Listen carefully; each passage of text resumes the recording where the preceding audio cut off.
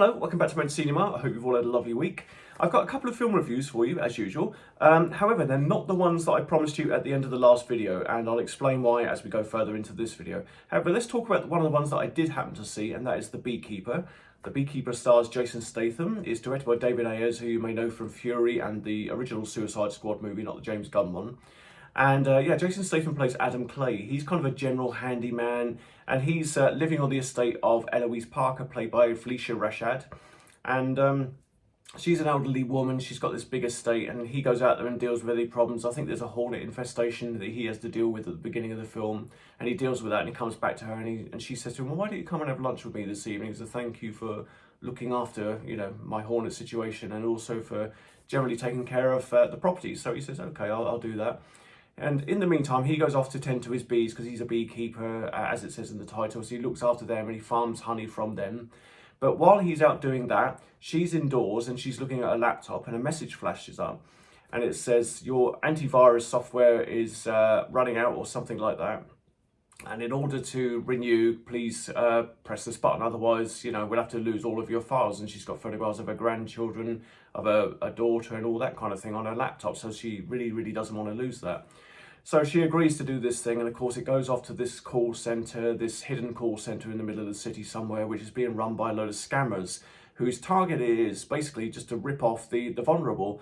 They have all these banks and banks of machines, and they take money from the bank accounts and rip these people off. This happens to Eloise Parker. She's devastated. She doesn't know what's gone wrong. She can't see a way out, unfortunately. She lives, like I say, on this isolated farmhouse in the middle of nowhere. She's got no family, no friends around her apart from Adam Clay. And unfortunately, she takes her own life. Adam returns from his beekeeping later in the evening to find Eloise dead in the middle of the floor. And he said while he's tending to her, that's while this FBI agent comes in, and she immediately thinks that he did the murder, and she places him under arrest. Now, the FBI agent that enters the house and arrests Adam is Agent Vernon. She's played by Emmy Raver-Lampman. And it turns out that Eloise Parker was her mother. So she's clearly concerned that Adam is in the house. What is he doing in the house, first of all? And why has he stood over the body of her mother? And he explains that he was just bringing her a jar of honey because she invited him to dinner later that evening. But they still have their suspicions. They run a series of tests, and they find out that there's gunfire residue on the mother's hand, but nothing on Adam's hands at all. And they have no option but to reluctantly set him free. He goes out and does his own investigation, and he finds out that there's a cell operating that runs this operation that scams vulnerable people. There's loads of computers, loads of telephone or telephonists, if you like, telephone operators, and they're constantly ringing people up and scamming people's computers and taking money from them. So this is a big operation. It's just drawing loads and loads of money in from vulnerable people. And of course it drives these vulnerable people to despair, which is what happened to Eloise Parker. And he walks up to the building and he says to them, right, what I'm going to do is I'm going to burn this place to the ground. He's got a couple of jerry cans full of petrol, and he says, I'm going to burn this place to the ground. And of course the two security guys on the door say, no, you're not. And they decide to attack him. He attacks them back, and being Jason Statham, kicks the hell out of them, enters the building, and he says to the young girl on the reception, you might want to get anybody who's innocent out of this building right away, which she does. Like I say, he walks up to this operation. There's this young cocky lad running it, and he sends a bunch of security guards after Jason Statham's character. Again, more tussling, more fighting, and he does exactly what he says when he enters the building. He says, I'm going to burn this place down. He's pours petrol all over the place, all over the computers, sets the place alight, burns the building to the ground. News of this gets back to a central hub, if you know what I mean, because this was just one cell of a much bigger operation.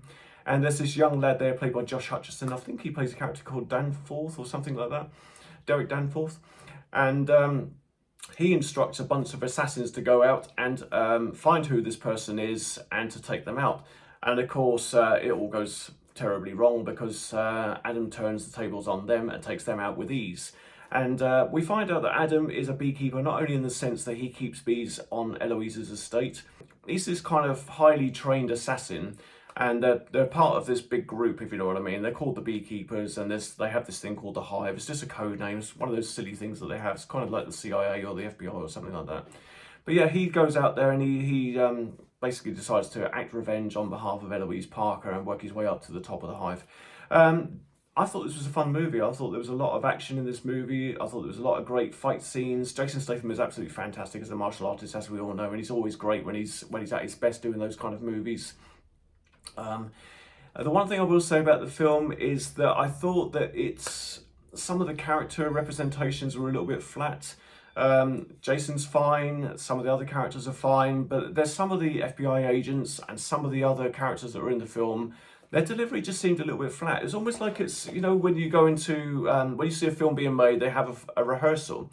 And it's before they do the shot, they run through the thing just to make sure all the shots are lined up properly and all the performers that hit the beats that they're supposed to.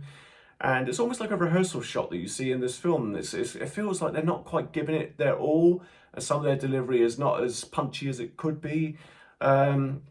But yeah, you know, it's that aside, I thought this was a very enjoyable film. It's got a decent story. Again, Jason Statham is fantastic in this film. The one thing I will say is that there's a couple of cameos in the film that I thought were a bit strange. One of them being Minnie Driver. Obviously, Minnie Driver is quite a big name actress. And she is kind of the head of the hive, and Jason Statham's character is retired, so she gets this phone call to kind of say, you know, can you deal with this situation? And she warns everybody that if you've got a beekeeper out there taking people out, you're in a lot of trouble. But she kind of does 2 scenes and then she's never seen again. And it just seemed really, really silly to me to get an actress of her caliber to do this part. You could have basically had any female or any male doing this role. They could have delivered the lines, they delivered the exposition, if you like, and then vanished, because that's all that she does in the film. It just seemed a bit strange that Minnie Driver was doing this. But yeah, I think everybody gave their all in this film. I think, it's like I say, it's a fun action film. It's January, the weather's rubbish outside. If you want to go to the cinema and have a good time just watching Jason Statham kick ass, this might be the one for you. I would say I would give it a 7 out of 10. It is a Sky Movies thing, so I don't know how long it's going to be before Sky actually put it on their Sky channel. But yeah, it's one of theirs, so maybe that explains why there's a slightly lower budget. And it's directed by David Ayer, by the way, who did Suicide Squad, or not the James Gunn Suicide Squad, obviously, but Suicide Squad and the movie Fury starring Brad Pitt. So it's one of his movies. Yeah, you can, while this is at the cinema, I don't know how long it's going to be there, but while it's at the cinema, why not pop out and enjoy it, sit down, grab your popcorn and just have a fun action movie for this end of the year. So the second movie that I've got to review for you today is not the movie you were expecting it to be, unfortunately. We went down to the cinema on Wednesday evening expecting to see the movie Poor Things, starring Emma Stone. We sat in our seats, the adverts came up and we watched those through, the trailers came up and we watched those through, and then the certificate of the film came up on the screen. And as soon as that showed, the lights dimmed down and we thought, great, ready to watch the movie. And then almost immediately, the lights came back up again. We sat in our seats, we were all looking at one another as if, you know, anybody else in the cinema knew what was going on. And one of the patrons got up and went outside and got a member of staff. And we all sat in our seats again. I think it was about 5 minutes we were sat there looking at this blank screen while the music was playing, you know, the kind of music they play when you're settling into your seats before the trailers come on. And eventually a member of staff walked in and they said, we're very sorry, we're unable to play Poor Things for you this evening because the file is corrupt. Now, they said, you know, obviously we said, well, why can't we wait until it's downloaded, or can't you do that? But they said it would take 2 hours or 2 hours more. In, you know, even then they didn't know whether that was going to be the case, whether it would work or not. So reluctantly they said, you know, we had to go. So yeah, we didn't get to see Poor Things. However, what I decided to do is later on in the week there was a film that was on for a limited engagement. I think it was only on for 3 nights, and that was the movie Priscilla, starring Cailee Spaeny. I think that's how you pronounce her name. She's playing Priscilla Presley, and Jacob Elordi as Elvis Presley. This movie looks at the relationship between Elvis and Priscilla from their very first meeting right up until the relationship ends. It's directed by Sofia Coppola and stars Cailee Spaeny as Priscilla Presley, and it looks at the story from her point of view. It starts off back in 1959, I think it's 1959, on an Air Force base in Germany. And there's this young girl, Priscilla Presley, or Priscilla Bewley as she's known. She's sat at this bar bored with her milkshake. She goes there most evenings. Her parents are on the Air Force base and she's got nothing to do. You know, she's just bored and this is her only kind of form of entertainment. One evening, a young Air Forceman comes in and he says, oh, you know, would you like to meet Elvis Presley? And him being this big superstar, what young girl wouldn't want to go and meet this massive superstar? So she says, yes, I'd love to do that. And she has to clear it with her parents first. Her parents are very reluctant because she is only 15 years old. And I think Elvis around the time is around 21 or something like that. So there's this big age gap. He's a lot older than her, and they're worried that he might corrupt her or something like that. And so eventually they agree that she can go off and meet Elvis Presley. And she goes off to meet Elvis, and they form this great relationship, and it seems like they're getting on very well. They form this nice bond. They become friends first of all, and down the line they become lovers, but not in the sense of having sex, because Elvis holds off on that because he knows that she's underage and all that kind of business. So yeah, you find out they have this kind of nice relationship. But as things go on, Elvis leaves the Air Force and he goes off to make some movies in Hollywood, and there's rumours that he's having an affair with some of his fellow actresses. I think Anne Margaret was one of them. And, you know, this obviously clearly upsets Priscilla, who thinks that Elvis should be just the one for her. So it kind of charts their rocky relationship throughout the course of the film, and it kind of doesn't show Elvis Presley in a good light, if I'm perfectly honest with you. It shows him as being a bit of a bad guy. He kind of mistreats her. Whenever he's fed up of her being around, he sends her home to her parents, and he kind of gets on with his life, and then he'll get bored, and then he'll ring her up and say, come back to me. So she goes back to him, and there's a lot of back and forth going on throughout the course of the film. So yeah, he doesn't treat her particularly well. As for the course of the film, basically that's the story. If you know the story of Elvis Presley and Priscilla, then that's what you're going to get. You're going to get this part of their relationship on the screen. As for the film itself, I thought it was shot beautifully. I thought it looked very nice. The only thing I will say is that the dialogue seems very down low, and there's a lot of, the guy that's playing Elvis is mumbling a lot, and it really did take us time to try to focus and figure out what the hell he was saying. And she talks in almost in whispers, so it's a very difficult film to hear. The other thing I thought that it could have done with is a bit of emotion music to lift these certain scenes. There's certain scenes where things happen to Priscilla and she's upset, and you could have done with a little bit of emotion music to kind of downplay that. But the music is kind of low level, and you don't really even notice it. And I thought it kind of made the film drag, seemed a bit boring. It's almost like you're watching this for real through a window of these people's lives. And that's all done very well. You know, the relationship is done very well and all that kind of business. But yeah, you just needed something to lift the emotion of the movie. It seemed very, very flat. I'm kind of using that word quite a lot lately, but it did seem very flat in the way that it was presented. But yeah, you know, if you're a fan of Elvis and Priscilla's story, then maybe this might be a movie that you might want to go and see.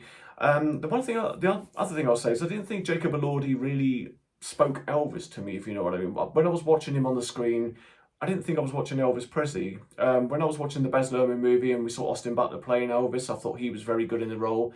And there's moments where you see glimpses of Elvis's personality and Elvis's tics and things like that on the screen. You go, oh yeah, I'm watching Elvis here. Same with Kurt Russell. Kurt Russell played Elvis very, very well in the John Carpenter movie. But in this one, I don't know, I didn't see Elvis in this character's, in Jacob Elordi's performance. I'm sorry, but it's just, I didn't see it when I was watching it on the screen. But she's very good as Priscilla. I thought she did a fantastic job of going from a child through to, obviously, an elder Priscilla, and obviously through the childbirth of Lisa Marie Presley as well. I thought she did a fantastic job with that. So, yeah, this one, unfortunately, is going to get less than The Beekeeper. I'm going to give this one a 6 out of 10 because I thought that he didn't give a very good performance as Elvis. He was very mumbling and, you know, very kind of irritating as the character. He didn't give any personality into the role. She was great. The film could have done with some emotion music just to lift things. But yeah, this one's a 6 out of 10. It's only on a limited run at the cinema. I think it's going to be on one of these Sky channels or BBC or something like that eventually. So yeah, you'll get to see it on one of these streaming channels eventually, but is it worth the trip to the cinema? I'd probably wait on this one if I were you. I'd probably go and see The Beekeeper instead. I think you'll have more fun with that. However, that's our film reviews for this week. Sorry I couldn't review Poor Things. It was out of my hands. I'll probably talk about it in a later video down the line. I'm not going to have time to review it for this channel because by the time I get around to reviewing it, it would have been out for a couple of weeks and it probably would have been replaced by another movie and it won't give you the time to go to the cinema to see it. So anyway, thank you for watching this one. Thank you to everybody who's been subscribing and kind of watching and liking the videos and commenting back to me. I do appreciate it. Click on the thumbs up button, really helps the channel out. If you're brand new to the channel, please subscribe to the channel and hit the notification bell and it'll let you know when I've done another one of these videos. I'm going to take a week off next week because it's my birthday. I'm going to have a birthday week off. So I'll be back in a couple of weeks' time with whatever film is on at the cinema then, and we'll review that for you. But until then, take care.